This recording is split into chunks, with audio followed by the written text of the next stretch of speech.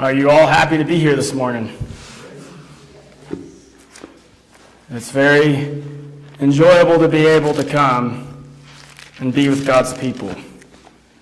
And I'm of the favor of having church gatherings every single day of the week if I could, because it's encouraging and needed in our lives. It's always kind of I'd say a breath of fresh air when you come out from the world and have the time to be with God's people, to be with people that are striving to live right and get away from the filth of the world. And I get frustrated around the summertime because it seems like everybody thinks that's the time for all the clothes to come off. And that's pretty disgusting. Anytime me and my wife talk about it, I always tell her it's because people have no shame and they glory in their shame. So I'd like for us to take our Bibles and go to Matthew chapter 4. Matthew chapter 4, and we're going to start in verse 18. Before we read it, I got a question. Do you guys all like to go fishing? Some of you guys do. I know I like to go fishing. It's what I use to get me through the summer before I can get back into hunting season again. So that's what we're going to be talking about here this morning, is the fisher of men. In verse 18, and Jesus, walking by the Sea of Galilee, saw two brothers, Simon called Peter and Andrew his brother, casting a net into the sea, for they were fishermen. Then he said to them, "Follow me, and I will make you fishers of men." They immediately left their nets and followed him. Going on from there, he saw two other brothers, James the son of Zebedee, and John his brother, in the boat with Zebedee, their father, mending their nets. He called them, and immediately they left the boat and their father and followed him. I like this because when you read this, these men that were called, they had families, they had their careers, they had, I'm sure, what they were going to plan on do with their life. I'm sure that they figured they would probably live the rest of their lives fishing until they were too old to keep fishing, and then they were going to, I guess, I don't know if they had the term retire back then, but retire. Well, when Jesus called them, notice Jesus doesn't tell them, he doesn't list to them the job details. He doesn't tell them what to expect. He's not telling them that, if you do follow me, you're going to be hated by all. You're not going to be liked. And you're probably going to someday be killed for my sake. Well, he didn't tell them that. He just said, "Follow me, and I will make you fishers of men." And what they do? They immediately left all and followed him. And we won't look at it, but Luke chapter 5, verse 1 through 11 is Luke's version of this, and I like how at the end it says they forsook all and followed him. To do what? To go fishing for men. When we talk about fishing for men, the term that we use a lot in these days is soul winning. Did you know, if you are a disciple of Christ, you are required to strive to win souls? Did you realize that? Now ask yourself this: when's the last time I tried to win a lost soul? When's the last time I went out and shared the gospel with someone? Invited them to church? To me, it's very easy for us as people in this day and age, especially in this country, to be caught up in pursuing things for ourselves. What we're going to do this week. What work am I going to do? What entertainment am I going to entertain myself with? Maybe what vacations am I going to have? Where am I going to travel to go see this week? We get thinking about what we're going to do for ourselves, and we're not thinking about winning lost souls. Well, I think there's a few lessons we can learn from a fisherman. Because fishermen, they've got some different characteristics, some qualities about them that kind of runs parallel. I shouldn't say kind of, it does run parallel with winning lost souls. So that's the question we want to answer this morning. What are characteristics of this fisherman, the fisher of men? The first thing we see of a fisherman is he's willing to go. Right? Are you going to catch any fish if you don't ever go? No. Now, you've got people out there who they have a desire to go, but they think, well, I need to make sure I am fully equipped and prepared before I go.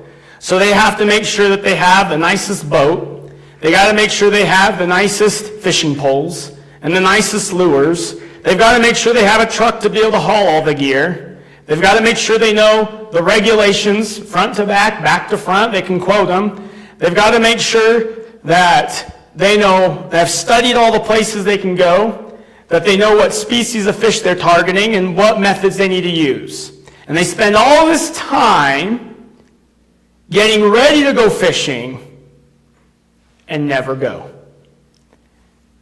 And then you have that fisherman who goes out and he goes to the same spot that he's always gone for years and years.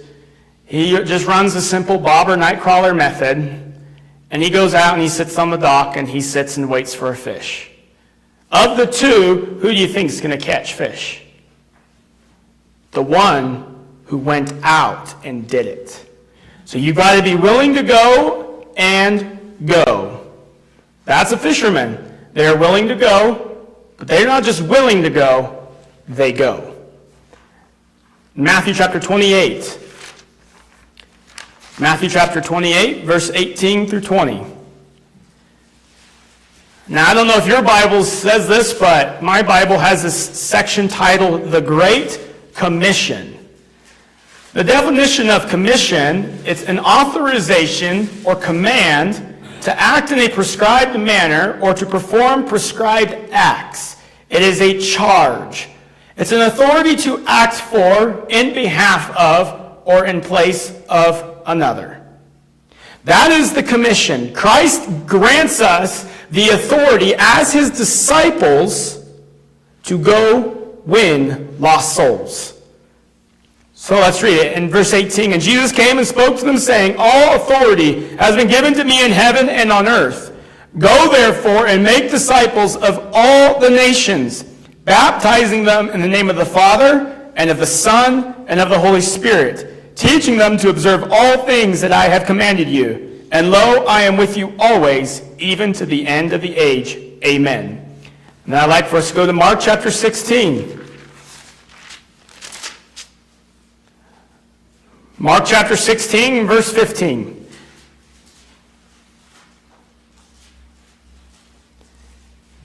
And he said to them, Go into all the world and preach the gospel to every creature. He who believes and is baptized will be saved, but he who does not believe will be condemned. What word do we see is common, is identical in both passages? The word go. Go and make disciples. That is our charge as a Christian. When we chose to become a Christian and we chose to be baptized and to be his disciple, it is a charge, it is a command from Christ himself to make disciples. Have you ever wondered why it seems the church always struggles? Why it seems like the church barely stays afloat? It's because the people that sit in the pews are not fishing for men. They are not soul winners. Is it just the job of the preacher to win souls? No. Because he doesn't say here in Mark chapter 16, verse 15 and 16, and Matthew chapter 28, he doesn't say this is for the preacher. This is for the elder. It is to all disciples. We are to go and make more disciples. It is actually the job of the preacher not only to go make disciples himself as a disciple of Christ, but is to equip you, the saints, for the work of ministry, so that you can go out and you can go win a lost soul. I think the church would be in a much better place today if every Christian in the church, every Christian in the pew had one goal in their heart, and that is to win one lost soul. If they had that goal and they set out to accomplish it, the church might be in a different place. We might not see this trend that's happening all across the country from coast to coast, where it seems like the church is just barely staying afloat. And you know, this trickles into our preachers. It trickles into our leadership in the church. Because now we have churches that have no preachers. There are no preachers in the church. And you know, it's even sad, it gets even worse when the people in those churches do not want ministers in their church. Now, you might not think that happens, but I talked to a young guy, and the church where he goes to, I was asking him, well, why don't they make you the minister, the evangelist, the preacher in that church? Because he went to Bible college, he was trained to do it. And you know what he said? That the Christians in the church, some think it was a good idea, but there's others in the church that think, well, you know what? Look at the churches that have preachers. They're not doing it very good themselves. So we're going to try a new method, and we're going to try to go without a preacher. Well, you think that church is going to be productive as a church and win lost souls? We need to be willing to go. When you chose to become a Christian, you were giving up your life. You are now going to follow the Master. So that's desperately needed in God's kingdom. Whether you are old, whether you are young, whether you are male or female, you are to win lost souls. Do you guys believe that? Yes. And I like Isaiah chapter 6, verse 8. There in Isaiah, God calls out, whom shall I send and who will go for us? And I think it's interesting because he doesn't say, Isaiah, will you go? Isaiah, will you go for us? He doesn't call Isaiah that way. It is a general call. Whom shall I send? And who will go for us? And what did Isaiah say? Here am I, Lord. Send me. And notice, God again does not list all the details of the job. He doesn't tell Isaiah what's all in store for him. Yet, was just the simple desire of willing to go enough in Isaiah's heart. Because he said, here am I, send me. And Acts chapter 5, you have the beginning of the church starts in there in Acts chapter 2, but in Acts chapter 5, the church has been going there in Jerusalem, and you have your Jewish leaders that get pretty upset with the apostles. And they tell the other apostles, we instructed you not to speak anymore in this man's name. And what did Peter say? And it's Peter and the other apostles said, we must obey God rather than men. But I like the end of Acts chapter 5, verse 40 through 42, how it says that they after Gamaliel's advice, they call him in, They beat them, and then they command them not to speak anymore, and they send them back out. And what does it say they did? They went on their way rejoicing because they were counted worthy to suffer for Christ. And what did they do after that? They kept preaching and teaching in his name. You think a fisherman is ever going to catch fish if he meets some resistance when he goes and decides to give up? For instance, if you go out fishing and you're trying to learn it, and you go out and you cast and you fish for 10 years, for 15, 20 years, and don't catch a single fish, what would be the tendency to do? Give up? Quit fishing. But if you quit, are you ever then going to catch a fish? You're never going to catch one if you quit and give up. You might have doors slammed in your face when you go out calling. You might have people that tear up the invite and throw it at your feet. When you go to win lost souls, you will meet resistance. You will meet opposition. You will have people that do not like you. You will have people that slam the door in your face. You will have people that might even cuss you out and call you all sorts of unkind names. But if you don't keep going and winning lost souls, you're never going to win one. That's willing to go and going. It's a sure good thing that the people that converted you, that helped bring you to Christ, didn't give up when they first met some resistance. Because I can guarantee you the people that brought you to Christ, they had their fair share of opposition trying to win lost souls. But they weren't going to let even years and years of failure stop them. So we need to be a little bit more willing and a little bit more ready to go for Christ. I want to remind you that you didn't get here by chance. You didn't get here because you drew the lucky number.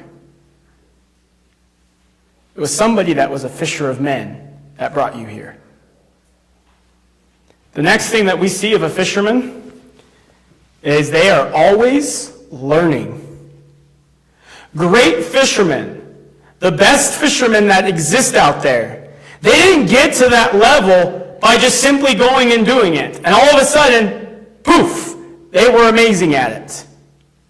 They went and they were willing to study and learn the sport. You see that with great athletes. Great athletes don't become great right off the get-go. And I don't know if you guys pay attention to the NFL football teams, but Josh Allen, he is the quarterback for the Buffalo Bills, but he's kind of a big name back in Cheyenne just because he played at Wyoming, and a lot of people like him. Well, Josh Allen did not become the amazing quarterback he is the first time he went out and threw a football. He had to learn. He had to study. He had to be humble enough to let someone teach him. That's what we need when we go fishing for men. We're always learning. Is door-to-door calling the only way to win a lost soul? No. There are other ways to win lost souls. Now, what door-to-door calling is like, door-to-door calling is like going out fishing and you have no idea what's in the lake. You don't know what is there. You don't know what kind of bait to use. So you go out and you might use a lure, maybe you'll use a night crawler, but you're just going to keep casting. And you're going to keep casting and you're going to keep casting. You don't know what to target in that lake. Well, that's door-to-door calling. You go out and you keep casting and you keep casting. And I'm going to tell you this, you will get a bite if you do. Now, there's other methods you can do. Just like with fish, there's other kinds of fish in the water. There are other kinds of people that react differently to the gospel. Now, there's some fish that when you're bringing that bait in, they hit it instantly. They're hungry, they're mad at what that is in the water, and they just nail it instantly. But then you have the other fish that like to toy with the bait. And they keep toying, and they keep toying with it. Well, you have people out there that when you give them the gospel, it might take them many years before they come to Christ. But they would have never come to Christ had you never given them the gospel. You may not even live to see that person converted. But if you can plant that seed, it may someday produce a crop, even if it's beyond your years. And maybe it's not even that person. Maybe that person passes that word along to their kids or to their grandkids and just in passing, but that plants the seed there. And next you know, somebody was converted, even if it was somebody you did not directly witness to. Sometimes I think it could be easy for us, just like fishermen, it can be easy for us to think there's only one method. And we don't try to think, what can I do to try to be more effective? Now, one thing I'm going to tell you is there are also those out there who are negative naysayers about calling. I have heard Christians who act like calling doesn't work anymore. Calling is ineffective. It's a waste of time. Well, we just had a whole family, a mom and a dad and their son. They got converted not too long ago. But the way we got the Bible study going with them was through door-to-door calling. Then we had a woman, and this story, I think it was God waking me up, because that morning before we went out calling, I remember thinking, calling, it just doesn't seem to work anymore. And I was discouraged about doing it, and I didn't really want to go out and do it. That same day, me and my brother knocked on the door of a woman who, not then, but like 3 months later, got in touch with me and eventually became converted. And it came from door-to-door calling. And I still remember a sermon. I don't know if you remember preaching at Harold, but I remember a sermon Harold preached at family camp. And he just started listing off the people there, the Christians there in North Platte that were converted through door-to-door calling. Do you remember that, Harold? Yes. That's a powerful example that fishing works. But you have to be willing to go and do it. And you have to be willing to keep learning. And when you go calling, you may try a tactic and it may not work. So then you try another tactic and it may not work. But you keep trying to figure out, how can I get through to these lost souls? We should have an urgency in our life. We should have a heart for these people, because we know what awaits them if they don't wake up. You were saved because someone witnessed to you. And now you have a hope of eternal life. How selfish of you to think that once you've been saved, you're good to go and you can sit back and coast your way into heaven. How selfish of you to think that it's just about you making it to heaven. You should want to see others make it to heaven. Picture a family member that you care about, or a dear friend that you care about, and just picture them screaming in agony in hell, crying out to God and no one can hear him, begging God to come and save them, and there's nobody there. I said this about preaching before, that the preacher should preach like he can feel the flames of hell at his feet. We should go win lost souls like we can feel the flames of hell. Let me ask you a question. Do you believe in hell? Do you believe that there are people going to hell? If you believe it, then why don't you go and warn people of it? The song, "You Never Mentioned Him to Me." I imagine people going and standing before God and then turning and looking at you, tears in their face, crying out to you, "Why didn't you mention Him to me? You had the chance. You had the opportunity, but you chose not to do it." We're dealing with eternity. We're not dealing with trying to fatten the tithe box. We're not concerned with trying to see more people sitting in the pews. We're concerned with eternal life. We are concerned with people that are going to spend eternity in hell forever. And I one time, and I can't remember it for sure, but I one time had a statistic on how many people die a day, and how many people die an hour, and how many people die every second. And I'm going to tell you this, in this world, it at least is one person every second. Someone's going into eternity.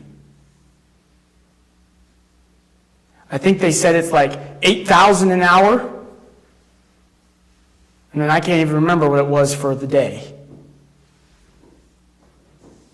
That means right now, as we're enjoying this church building, when we go to eat our lunch, as we're enjoying all that, somebody's screaming their lungs out in hell.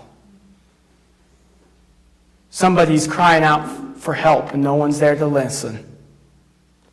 In complete and total utter darkness. You're totally alone. If you truly believe that, then you would truly win lost souls. If you're not winning lost souls, if you're not trying to win lost souls, my friend, you do not believe in the reality of hell. You don't. Because if you did, you would be out trying to warn someone.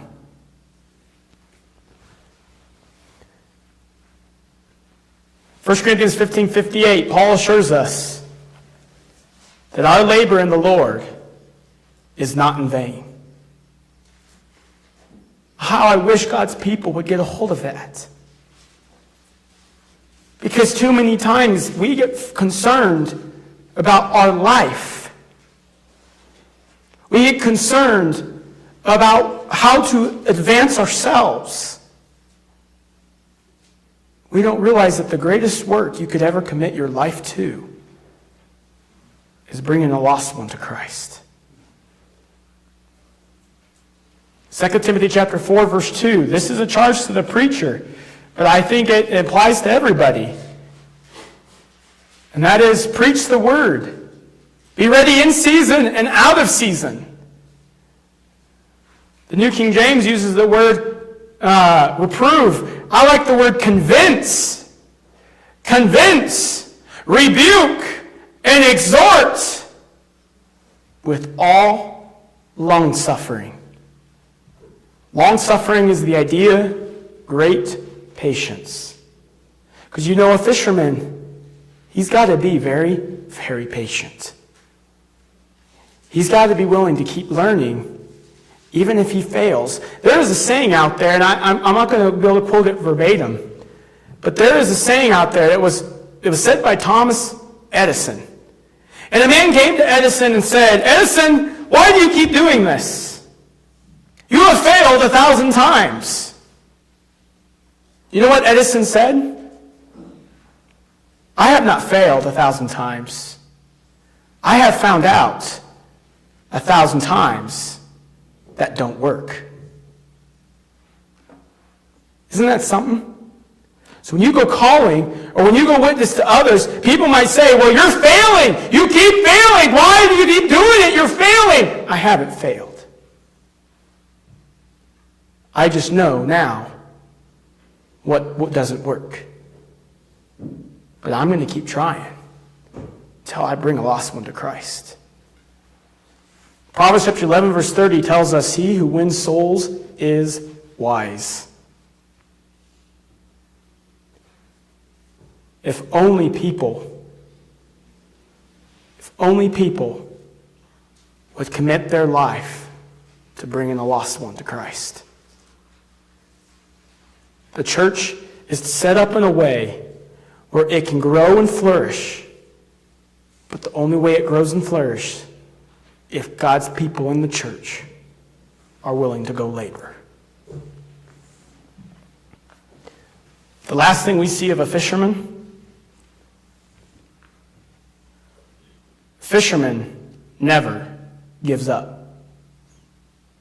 We've kind of already talked a little bit about it. Because we know if you want to catch a fish, you got to be willing to keep going. You know, my great-grandpa, this is what he believed in. His life was centered around winning lost souls. Personal evangelism, and people would accuse him of personal evangelism being his hobby horse. You know what he said? That's all right. I'm going to jump on that horse and say, giddy up. Because as a Christian, the greatest command we have from Christ is to win lost souls. And it's so hard and frustrating to see how God's people get distracted with man-made teachings. We get so focused on all these little teachings of man. And they might start off as personal convictions, but then they turn into heaven and hell issues. And we start condemning anyone who doesn't hold to that teaching of men. But you know something I see with God's people, with people that live this way? They are your laziest workers in the church. Oh, they'll nail you down on every single one of their teachings. And they can quote you every single study that they've ever done on that. And yet they've never gone out and tried to win a lost soul. I've got a warning for you here this morning. There will be Christians that are going to go stand before Almighty God. And they will be condemned because they did not try to win lost souls. That may be you here this morning. You might be one that you got to come and enjoy the church here. You partake of the Lord's body and blood of Christ. You made sure you gave your tithe and your offering at the end of the day. You were a committed Christian when it came to showing up. But you never went and won a lost soul. Jesus warns us that if you do not bear fruit, you will be cut off. Do you believe that this morning? If you're not out there bearing fruit for Christ, He is not going to say, well done, good and faithful servant. Because you were not a good and faithful servant. You went through the motions, and that's it.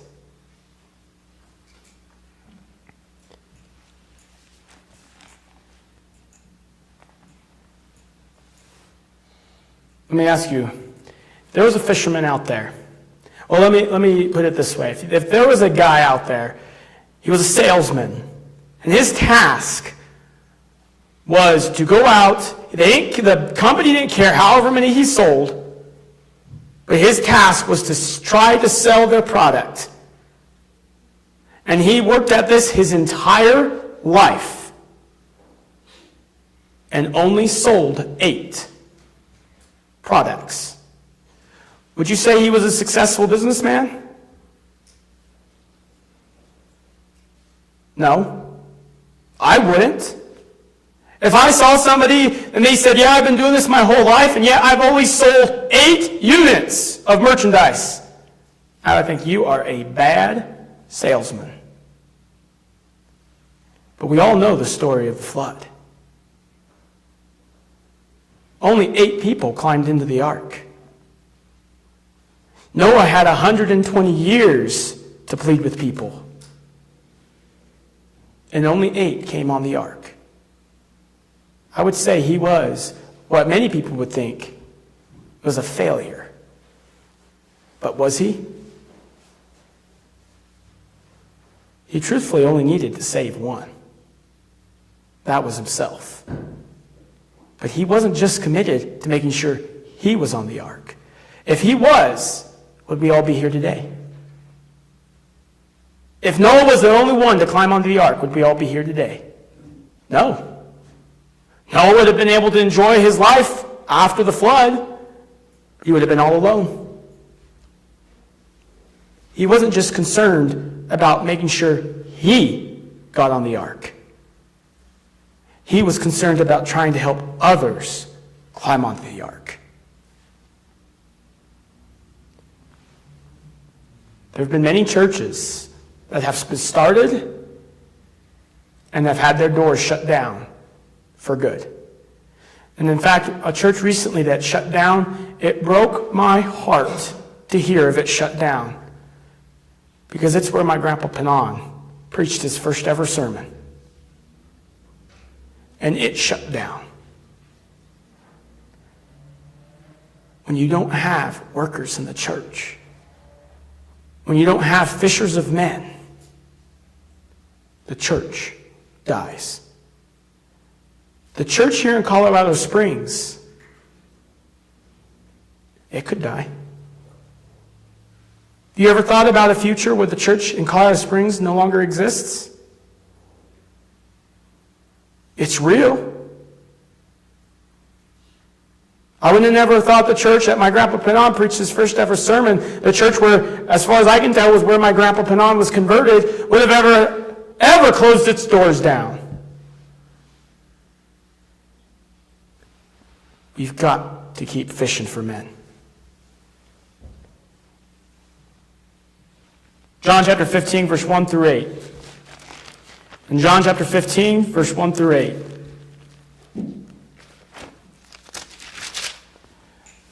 Jesus says, I am the true vine, and my Father is the vine dresser. Every branch in me that does not bear fruit, he takes away. And every branch that bears fruit, he prunes, that it may bear more fruit. You are already clean because of the word which I have spoken to you. Abide in me and I in you, as the branch cannot bear fruit of itself, unless it abides in the vine.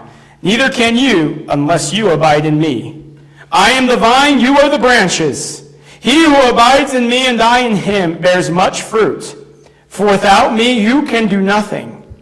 If anyone does not abide in me, he is cast out as a branch and is withered. And they gather them and throw them into the fire, and they are burned. If you abide in me, and my words abide in you, you will ask what you desire, and it shall be done for you. By this my Father is glorified, that you bear much fruit, so you will be my disciples. When it talks about bearing fruit, it's not just talking about good deeds.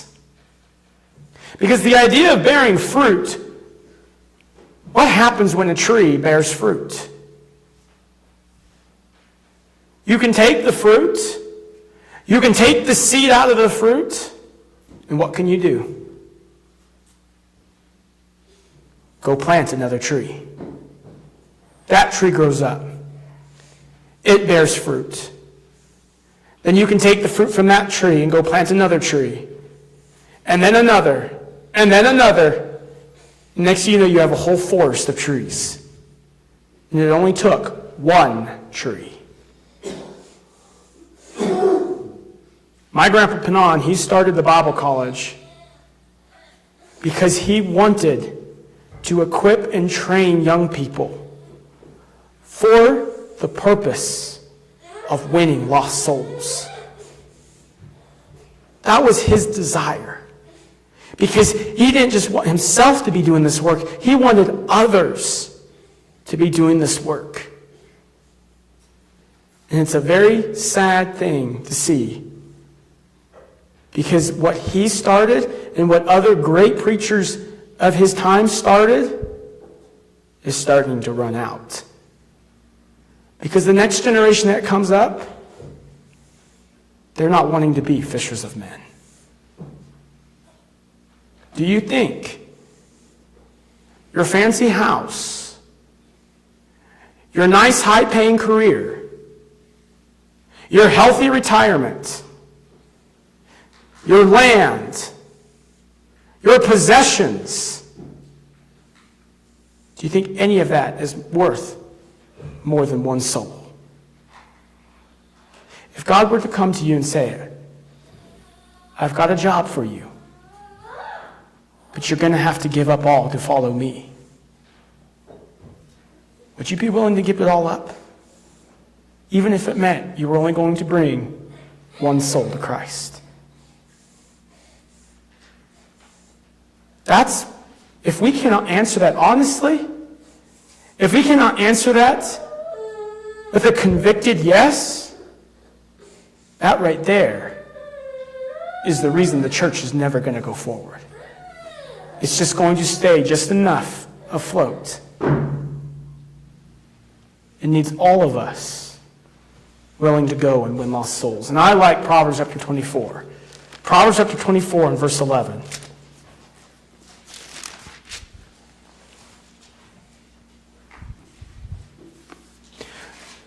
Deliver those who are drawn toward death, and hold back those stumbling to the slaughter.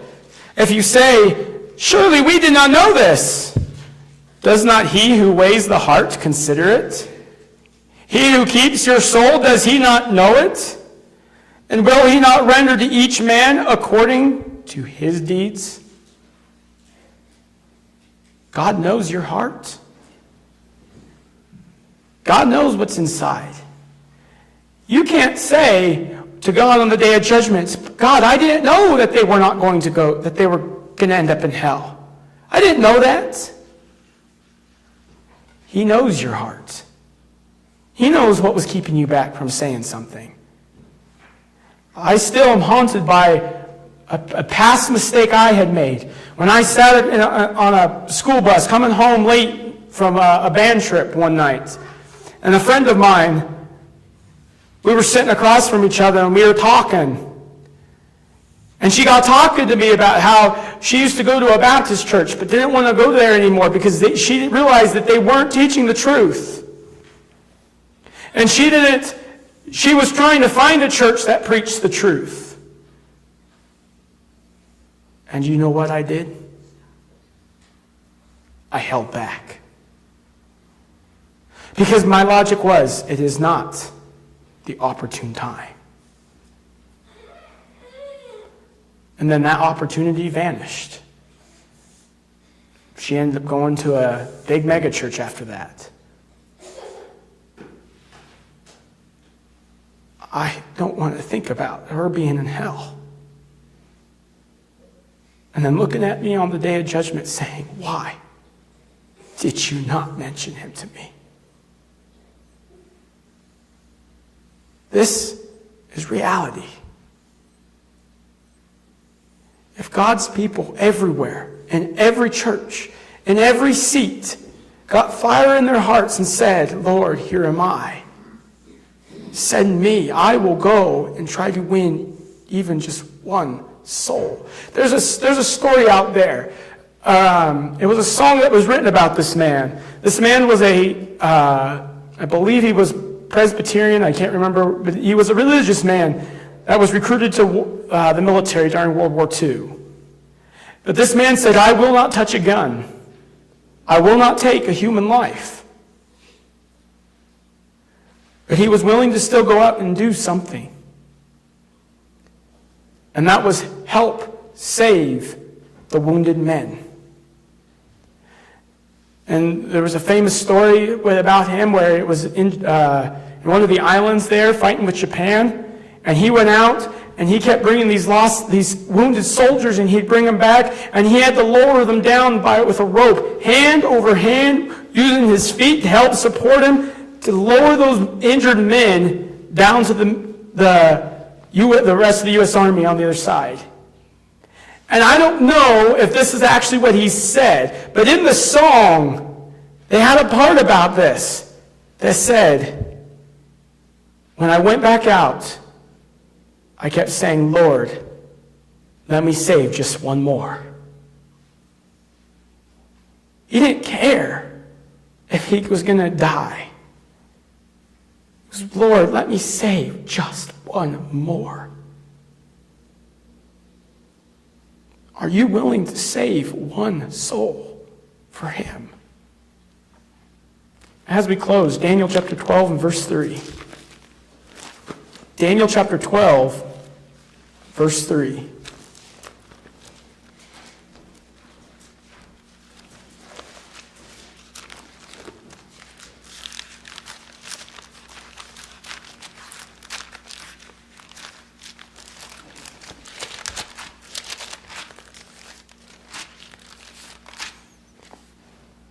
Those who are wise shall shine like the brightness of the firmament, and those who turn many to righteousness like the stars forever and ever.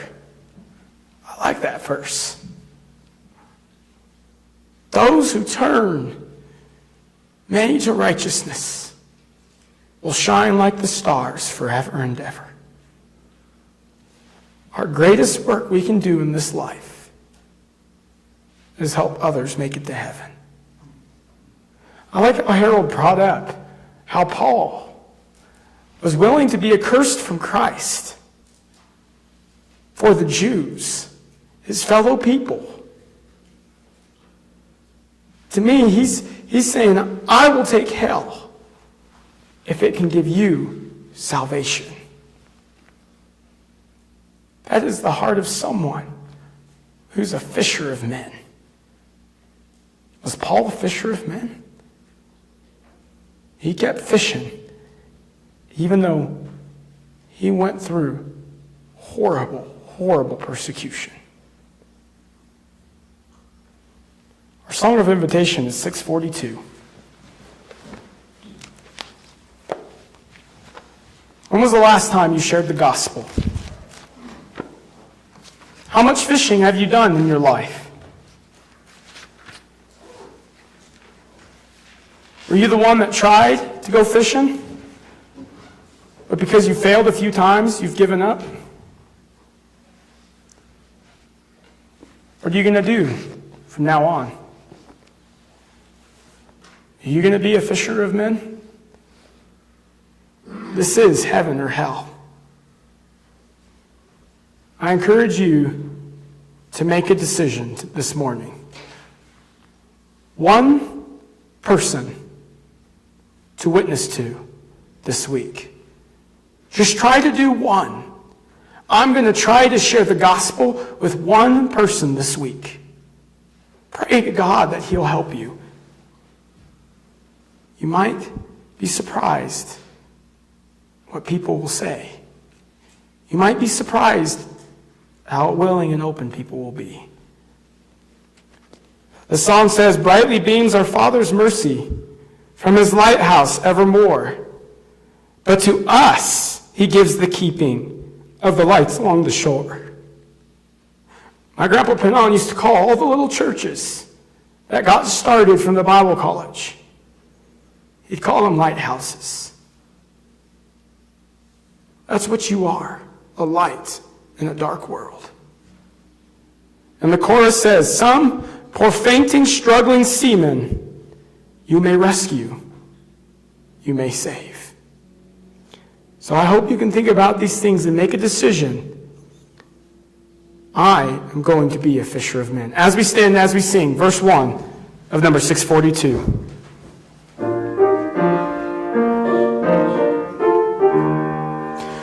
Brightly beams our Father's mercy from his lighthouse evermore, but to us he gives the keeping of the lights along the shore. Let the lower lights be burning, send a gleam across the wave. Some poor fainting, struggling seaman, you may rescue, you may save. Thank you for your good attention.